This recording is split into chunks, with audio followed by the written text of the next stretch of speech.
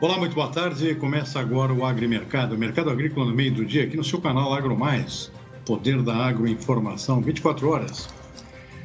Hoje é quarta-feira, é isso, quarta-feira. A gente começa o programa de hoje conferindo inicialmente os indicadores do mercado financeiro. Dólar operando em queda forte nesse início de tarde, 1,3%, R$ 5,49 a cotação da moeda americana. Depois de um longo tempo, a cotação do dólar ainda abaixo de 5,50. Índice Bovespa, mercado de ações na B3 com alta, 1,8%. Lá fora, mercado de ações em Nova York, o índice Dow Jones operando com estabilidade nesse momento. Índice DAX na Bolsa de Frankfurt, na Alemanha, já fechando com alta de 0,6%. Xangai, na China, mercado de ações fechou com queda, 0,3%.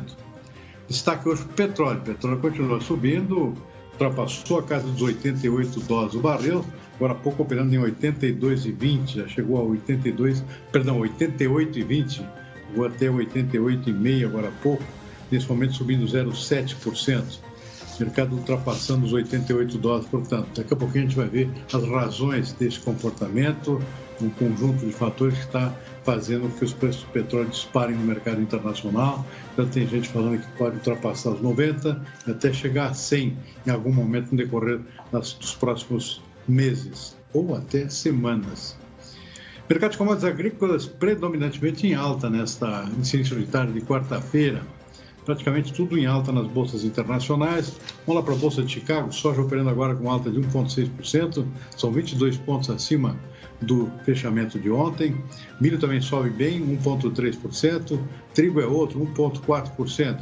Um conjunto de fatores aqui afetando os mercados, o próprio petróleo empurrando para cima os preços das demais commodities, como normalmente acontece. Soja refletindo também a preocupação com o clima aqui na América do Sul, embora com previsão de chuvas para a Argentina, a situação no sul do Brasil permanece bastante crítica, particularmente no Rio Grande do Sul, e a demanda forte por produtos americanos está dando apoio também, suporte a esse preço lá na Bolsa de Chicago. Milho com alta de 1,3%, soja 1,6%, conforme eu já falei, trigo 1,4%. Na Bolsa de Nova York sobe o algodão e sobe bem, 2,1%, basicamente refletindo o empurrão do petróleo. Café arábica em Nova York subindo 320 pontos, cerca de 1 ponto percentual sobre o dia de ontem. Contrato em março agora 2,42, café arábica em Nova York. Algumas razões para isso a gente vai analisar daqui a pouquinho com o nosso entrevistado ao vivo desta quarta-feira. Açúcar bruto na B3, na Bolsa de Nova York também subindo 1,5%, suco laranja dispara 2,5%, cacau também sobe bem 1,4%. Olha, praticamente tudo em alta, pelo menos por enquanto, nesse início de tarde de quarta-feira, nas bolsas internacionais. Tivemos um recuo nos primeiros dias da semana, particularmente no mercado de grãos, agora tudo volta a subir. O trigo tem uma razão específica para isso também, as tensões que ocorrem lá na região do Mar Negro, os fatores geopolíticos, a briga lá entre Rússia e Ucrânia, a ameaça de invasão da Ucrânia pela Rússia, tudo isso está afetando o mercado de trigo, à medida que essa região do Mar Negro concentra praticamente 1/3 das exportações mundiais de trigo. É Rússia, a principal exportadora, a Ucrânia também é grande, e o Cazaquistão, que também exporta por ali. Soma tudo, dá quase 33% de todo o comércio mundial de trigo saindo por essa região. Então, claro, o trigo acaba refletindo preocupações com essas tensões que estão acontecendo por lá. Bom, eu mencionei aqui o café com alta nesta quarta-feira de 320 pontos nesse momento.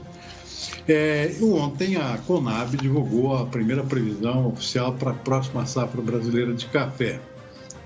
E os números ficaram, a gente vai ver os detalhes daqui a pouco, 55,7 milhões de sacas, é a expectativa, uma elevação de 16,8% em relação à safra do ano passado, que foi ano de bienalidade negativa, portanto era esperado já uma recuperação esse ano. Por arábica, um crescimento de 23,4% para 38,8 milhões de sacas. Significa 10 milhões de sacas a menos do que o último ano de bienalidade positiva, que foi 2020. Nós tivemos um recorde aqui de mais de 63 milhões de sacas, segundo a própria Conab. Mas tem gente achando que a Conab está muito otimista. Bom, quem vai nos dirimir essa questão aqui é o Gil Barabach, analista especializado, consultor da consultoria Safras e Mercado, especializado em mercado do café. Meu caro Gil, muito boa tarde, muito obrigado por nos atender aqui no nosso Agrimercado dessa quarta-feira. Bom, tem gente que não gostou desse sistema da Conab, achando que é muito otimista, acho que a quebra é maior do que essa. É a sua opinião também, Gil? Muito boa tarde, conta pra gente. Boa tarde, Silmar, boa tarde a todos. Realmente, o número aí, a leitura do mercado, inclusive, para o número da Conab, foi uma leitura neutra, né? Então, porque praticamente é o seguinte, o que a gente compara, né? Essa previsão da Conab em relação à previsão anterior de privados, que estava indicando. Daí, qual que era a principal dúvida? Porque essa leitura dos privados ela foi feita no pós-florada, né? O que estava em dúvida no mercado era a questão de muito registro de abortamento de lavouras, né? E o que a gente viu, olhando basicamente o Arábica, que foi aonde causou mais estranheza, é que o número dos privados, de números privados em relação à projeção para a safra 22 do Brasil, estava indicando entre 38 a 40 milhões de sacas, ou seja, uma quebra aí de 10 milhões de sacas em relação à safra grande de 2020, a safra recorde de 2020. E vem em linha com o que a Conab está dizendo, né? O que tem de diferença aí é o número de Conilon. De Conilon, sim, né? Você tem aí uma projeção privada, aí, principalmente da indústria, falando aí acima de 20 milhões, 23, até 25 milhões os mais otimistas, e o da Conab veio 17. Aí que está a principal diferença. Mas no Arábica, que era a principal dúvida, né? Ele veio em linha com o que os números privados vinham apontando para a safra brasileira de 2022, né? Daí, por isso, talvez um pouco de neutralidade lá do efeito neutro que teve em Nova York e também dessa questão aí dessa queixa dos produtores que esperavam uma produção menor, contando aí com sinais de que houve um registro de abortamento alto e isso aí teria uma influência maior em relação à projeção de safra de arábica. Então, você acha que esse número do Arábica está mais ou menos dentro da realidade?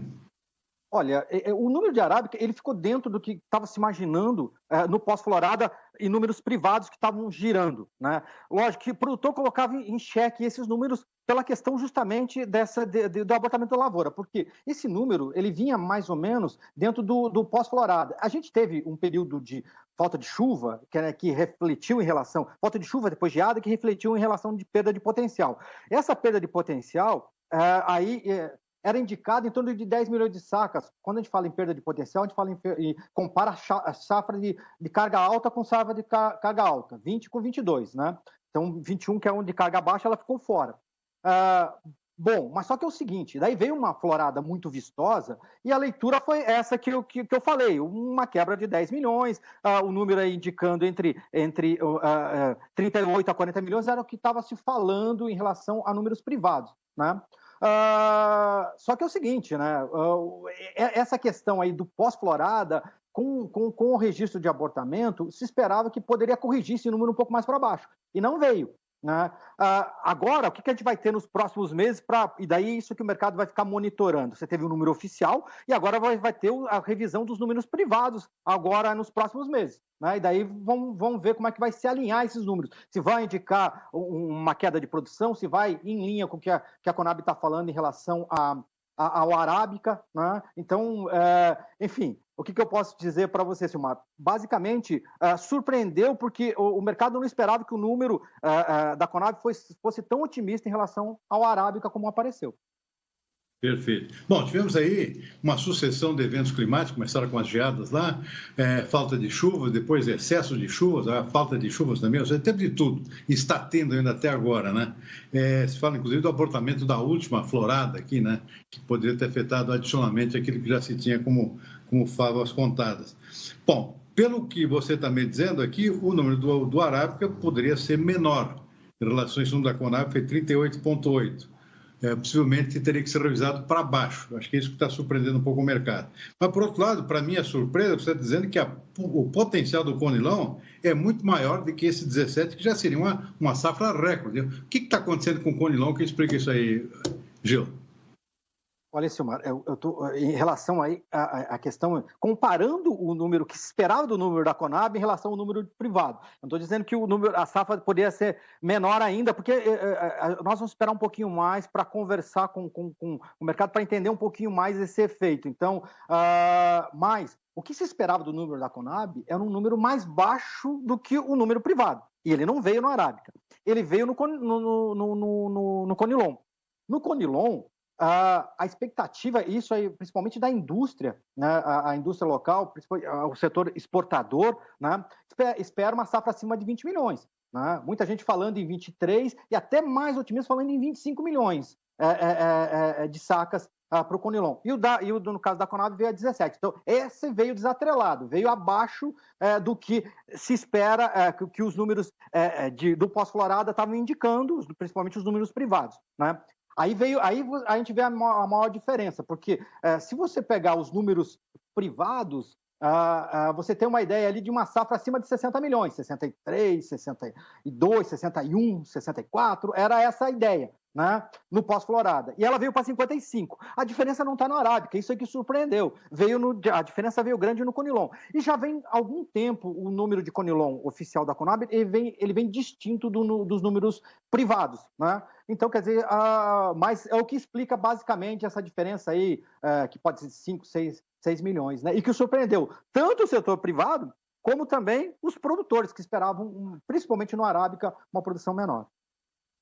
Bom, de qualquer forma, o mercado também não reagiu mais positivamente, praticamente ficou neutro, até porque uma boa parte dessa quebra já foi absorvida, né? Os preços já tinham explodido anteriormente, já desde julho, então não tinha muito espaço hoje para mais altas ainda, à medida que o mercado já estava assumindo uma quebra importante na produção. Então, praticamente, eu acho que já chegamos a um determinado teto aí, não tem muito o que esperar para cima, né? Olha, Silmar, o que poderia surpreender, como o número vem em linha com o que já estava sendo indicado, então ele não trouxe novidades. E como você falou, o mercado já precificou esse cenário. Ele está esperando o seguinte: se ficar pior a safra, as indicações ficarem piores em relação ao arábica, não é isso, vai ser mais baixo do que esse número que está se apontando. Daí sim você tem espaço para correção. Mas como não veio, basicamente a leitura foi neutra. Mesmo porque o ano passado, se a gente pegar o ano de 2021, o preço do café, a segunda posição em Nova York, ela subiu 79%. Foi entre as commodities, foi a que mais subiu. Commodities agrícolas foi o que mais subiu. Subiu acima de petróleo, subiu acima de índice RB, quer dizer, a escalada foi de 79% na valorização do segundo contrato lá em Nova York. Então, quer dizer, já precificando tanto a quebra de 21, né, como também a perda de potencial de 22. Então, para você ter espaço para subir, você tem que trazer novidade. Né? Então, por isso, esse número da Conab não trouxe novidade, focando principalmente na questão do arábica, onde estava a maior dúvida. Então, não trouxe novidade, confirmou aquela ideia que se tinha no final do ano passado, por isso que é neutro e por isso que o mercado não avançou. Para você ter uma mudança, espaço para subir, você tem que trazer novidade. E essa novidade ela vai estar atrelada basicamente aí, com a questão da safra, a próxima safra brasileira.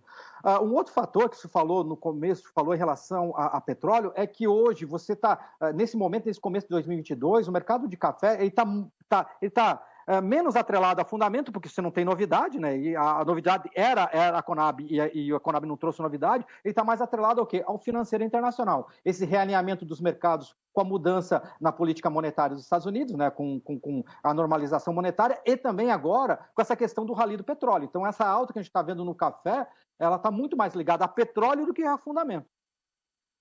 Bom, pelo que você está me dizendo, então, o arábica tem um espaço aí ainda para cima, dependendo dos próximos números, mas no Conilon, que me surpreendeu aqui, eu acho que tem um espaço para baixo aí, na medida que vai se corrigindo esses números de produção para cima, né?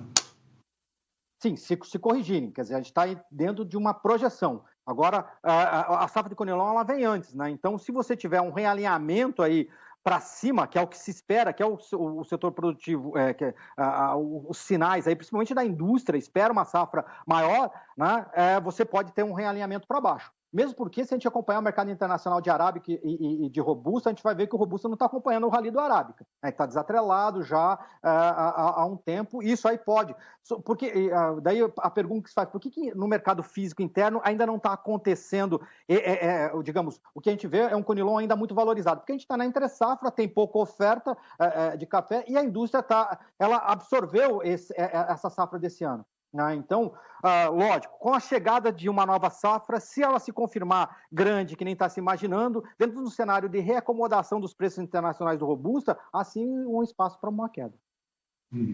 Bom, para finalizar aqui, o cenário internacional, tem algum país aí que possa mexer ainda nessa composição aqui da oferta global? Por exemplo, Vietnã no caso do robusta, Colômbia no caso do arábica, tem alguma novidade na safra deles lá? Não, Silmar, não tem muita novidade. Alguns realinhamentos aí de produção, você perde num, ganha no outro, mas sem um efeito muito grande no mercado por enquanto. Né? Você não vê esse efeito no mercado, nem da Colômbia, nem no caso do Vietnã com Robusta. Né? Basicamente, aí o foco, né, para esse começo de ano, para esses primeiros meses, ainda é o que? A safra brasileira. Quer dizer, então, um fator pode mexer com os preços é justamente esse alinhamento, esse ajuste em relação às projeções à próxima safra brasileira. Uma última dúvida aqui. Com essa velocidade aqui do aumento do Conilon, que está me impressionando, tem espaço para a gente algum dia ultrapassar o Vietnã? Olha, se você pegar que o Vietnã está com 30 milhões, né, e o Brasil, vamos pegar a safra de 23 a 25, aí de 20 a 25 milhões, e como ela está crescendo, sim, nós temos espaço sim para chegar nesses 30 milhões, porque a nossa velocidade nesses últimos anos de recuperação, o que aconteceu com o Conilon? Aconteceu o quê? Lembra que teve aqueles períodos que houve uma seca muito grande, principalmente no Espírito Santo? E daí você tinha muita lavoura antiga. O que houve? Um processo de renovação, o rejuvenescimento do parque, renovação do parque, né? E clima mais favorável. Isso tudo começou a refletir o quê? Aumento de produtividade das lavouras. E a gente vem escalando aí produção. Se você continuar num cenário, e o mercado nos últimos anos, principalmente esse ano, olha o preço que o Conilon alcançou, e mesmo que ele venha a cair, passe por um realinhamento com a chegada da safra, ainda vai continuar num patamar relativamente alto. Lógico que os custos aumentaram, mas em termos de preço ainda num patamar relativamente alto. Então, quer dizer, isso ainda deve continuar estimulando a produção de Conilon. Né? E sim, daí você abre um espaço aí para o Brasil, pelo menos, chegar próximo. Não está tão distante. Se a gente projetar aí os mais otimistas 25 com o Vietnã a 30, aí falta só 5 bilhões. Então, dentro de uma projeção estatística de crescimento, a gente tem chance de chegar sim. Sem contar que tem uma diversificação geográfica da produção de Conilon, que tem crescido nos últimos anos, que é o caso da Bahia e também da Rondônia, né? Exatamente, Silmar, exatamente, crescendo, né? E daí, com o estímulo de mercado, você tem um espaço aí para a gente brigar aí com o Vietnã como o maior produtor também de Conilon. Já somos de Arábica, daí a gente vai brigar com o Vietnã para ser também o maior produtor de Conilon. Muito bom. Conversei com o Gil Barabaque, consultor de safras de mercado, especialista no mercado de café. Gil, muitíssimo obrigado pela entrevista, eu gostei muito. Uma boa tarde para você, até uma próxima. Obrigado, hein? Boa tarde, Silmar. Boa tarde a todos e até uma próxima. Muito bom, vamos em frente com o nosso agrimercado de hoje. Vamos conferir rapidamente aqui nossas cotações do mercado físico, começando pela soja. Soja hoje pela manhã com um preço bastante variado aqui no interior do país. Tivemos aqui umas quedas importantes, predominantes aqui no mercado físico. Estou vendo aqui Rondonópolis, Mato Grosso, queda de 3 pontos percentuais. Sorriso também. Sorriso caindo abaixo dos 160, fazia tempo que não acontecia. 159,50, menos 2,1%. Tem quedas aqui também. A exceção é o Rio Grande do Sul, com essa quebra da safra lá, o preço está mais, o mercado está mais aquecido. Passou no 185, alta de 1,6%. Mas nos demais praças, a predominância é de quedas, como a gente está vendo no nosso quadrinho. Vamos ver o milho. O milho é o contrário, né? Com essa quebra da primeira safra, o milho muito fortalecido, vai ser uma tendência para esse primeiro semestre. Estou vendo aqui preços, exceção do Porto, que acompanha o mercado internacional, o mercado interno muito disparadamente distanciado do mercado internacional. Dourados, mais 2,3%, Carazinho chegando a 99%, deve chegar a 100 rapidinho, se é que já não chegou. 1 ponto percentual de alta, Chapecó 98,50, mais 0,5%. Bom, em frente a gente tem mais informações de hoje, daqui a pouco a gente vê mais mercado físico. Bom, tem a notícia do petróleo. A Agência Internacional de Energia prevê uma demanda por petróleo no mundo em 2022 maior do que a atingida antes da pandemia, que foi lá em 2019. O mercado, portanto, se recuperando em termos de demanda e o preço está acompanhando. A gente vai comentar isso daqui a pouquinho. A Agência Internacional de Energia estima uma demanda total de 99,7 milhões de barris de petróleo por dia, cerca de 200 mil barris acima do que foi em 2019. O relatório ainda estimou um aumento de 250 mil barris na produção da OPEP+. Para o grupo, a previsão é de crescimento de 1 milhão e 800 mil barris por dia. Dados preliminares levantados pela Agência Internacional de Energia indicam quase 45 milhões de barris nos estoques da organização para a cooperação e desenvolvimento econômico. Segundo a agência, em dezembro de 2021, a oferta global de petróleo teve alta relativa de 130 mil barris de petróleo por dia em dezembro. Como eu mencionei no início, o petróleo ultrapassando hoje os $88 o barril, subindo bastante novamente, por um conjunto de fatores que estão se acumulando. Primeiro, a questão geopolítica, lá, essa briga entre Rússia e Ucrânia, lá, que pode resultar na invasão da Ucrânia, já está deixando o mercado de petróleo bastante tensionado, função fato muito simples que a Rússia é o segundo maior exportador mundial de petróleo. Essa região toda ainda tem o Cazaquistão, que também exporta pelo Mar Negro, ali, tudo isso gera uma tensão nessa região com relação ao fornecimento de petróleo. Por outro lado, tem aqui a dificuldade dos países exportadores de aumentar a sua produção, que está aí em torno de 400 mil barris novos por mês, não tem saído muito disso, até essa meta de 400 mil está sendo difícil de ser cumprida, então tudo isso está descasando aqui a oferta com a demanda está se recuperando, está crescendo, a gente viu a notícia agora, da Agência Internacional de Energia, crescimento voltando aos níveis de 2019, antes da pandemia, e a produção a passo de tartaruga. Então, está havendo um descasamento. Isso é outro fator que está impactando na alta dos preços do petróleo. E tem alguns fatores recentes aqui que também, nos últimos dias, que também deram um impacto adicional aqui. Um deles é a explosão num oleoduto lá, que liga o petróleo do Iraque ao porto da Turquia, em Ceyhan, um porto de exportação lá, que deu uma explosão, não se sabe por quê, e isso interrompeu o fluxo dessa exportação do Iraque. É um grande exportador também. E, para finalizar ainda, esse grupo terrorista lá do Iêmen, o Houthi, fazendo um ataque em Abu Dhabi, a capital lá dos Emirados Árabes Unidos, que é o terceiro maior exportador de petróleo do grupo da OPEP. Então, tudo isso se juntou nos últimos dias, e o resultado está aí, o petróleo disparando, gente falando que vai ultrapassar rapidamente os 90, podendo chegar a 100 em questão de semanas ou meses. Enfim, está aí uma situação que tem impacto em tudo, né? Próprios commodities agrícolas refletindo isso aí, sem contar a inflação que também sobe. Bom, para finalizar, eu falei ontem à noite com o Iago Travagini, que é analista de mercado da Agrifato, especialista em mercado do boi gordo, para falar como é que está, para que ele está enxergando esse momento dos preços do boi gordo, que estão lá em cima ainda, mas não tem subido mais.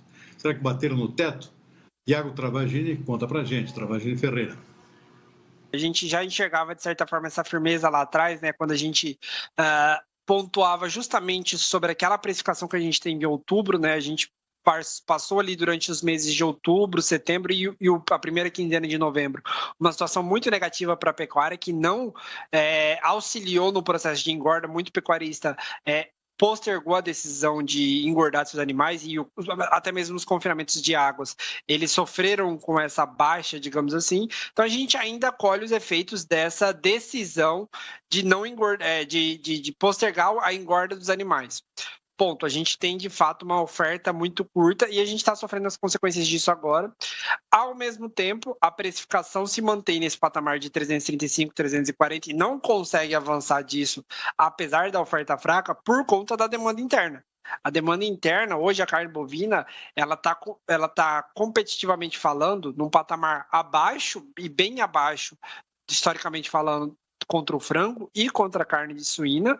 Então existe uma competição que hoje está beneficiando muito mais o frango e a carne suína do ponto de vista de custo-benefício da precificação, por conta justamente dessa alta que o boi gordo teve, e no mesmo período a gente viu o frango e o suíno desvalorizar. Então a gente está tendo um trave no mercado interno justamente por conta dessa diminuição da comercialização de carne bovina no mercado interno, por conta da população descapitalizada e de uma melhor relação de troca com outras proteínas animais.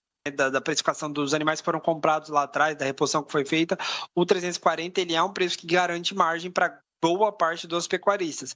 O grande ponto que a gente sempre aborda aqui é justamente a manutenção desse patamar durante o ano de 2022, né? A gente tem a precificação na Bolsa até maio de 330, 332, estava até olhando aqui agora quanto que fechou para maio. Então, tem esse preço na tela, mas não é todo mundo que trava, não é todo mundo que fecha. Então, de fato, 340, na grande maioria dos pecuaristas, ele garante uma margem positiva. O ponto é tentar ver se o mercado vai manter esse preço atrativo, manter esse patamar pelos próximos 9 meses.